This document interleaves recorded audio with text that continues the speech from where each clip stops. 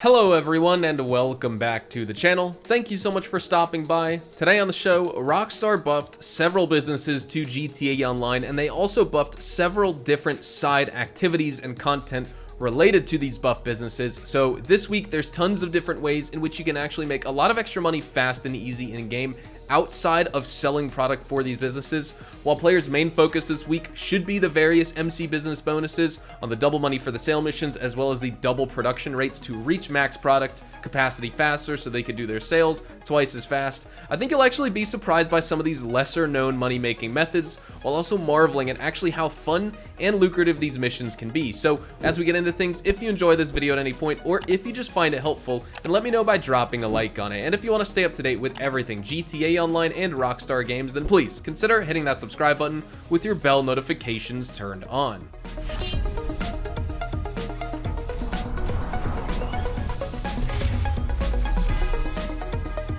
Getting started, the first thing you want to do is make sure you are registered as a motorcycle club president, and then you just want to head to your MC clubhouse, and you're going to head over to the contract board, and we're going to be checking out the contract mission that's available for MC presidents called Life and Death Bikes. You may have heard about this contract before, you may have not. This was introduced with the Criminal Enterprises DLC summer of 2022, and this is not like any standard MC Clubhouse contract. This is actually something that's really fun, really fast, and makes you a lot of money, while contracts and other MC Clubhouse contracts are double money this week. So we're gonna start this.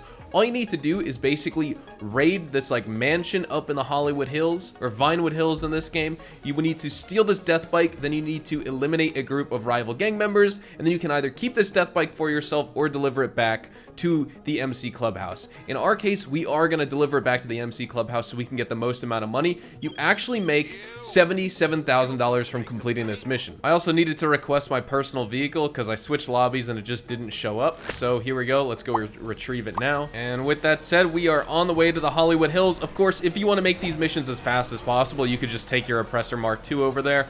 I like playing this game by driving vehicles around, especially when it comes to me making the videos, because I feel like that's a little bit more entertaining than just flying around on a broomstick, right?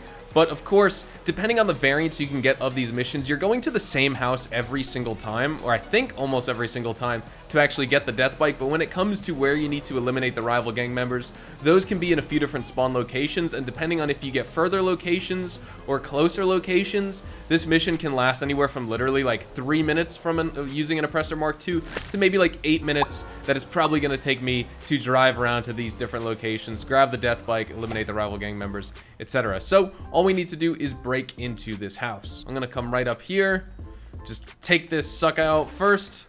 One shot to the face, that's all we need. I'll be honest, man, sometimes I just have no idea how to get into the house. Sometimes you just gotta sneak around the backyard, because sometimes trying to go through the doors in the front of the house doesn't work. I'm pretty sure there's some locations where you can go through the front doors, but most of the time you kind of got to go to the backyard and go in through one of the back doors to the actual house itself. So now we just got to break in. This is where you're going to want to equip a weapon like a shotgun or something like that, or like an LMG.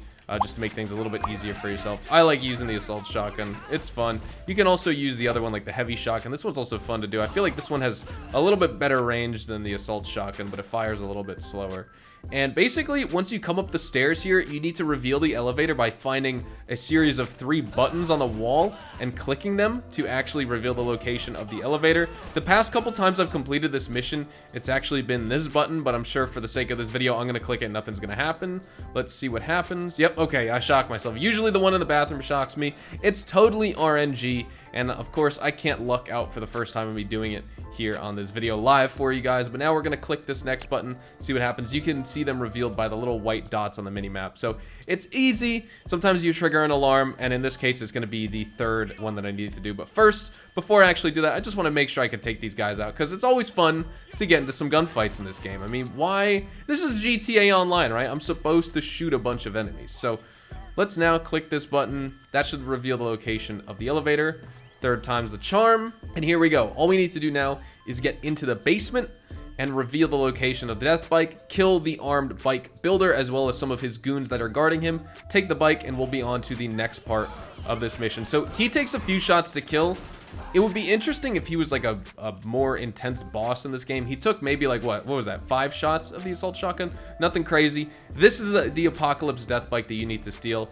And now we just need to leave the garage by trying to drive out. We will teleport outside. And our next spot on the mission is to go 3.75 miles to the meeting point. I will be honest, this is the first time I've gotten a location where it brings me this far, I think.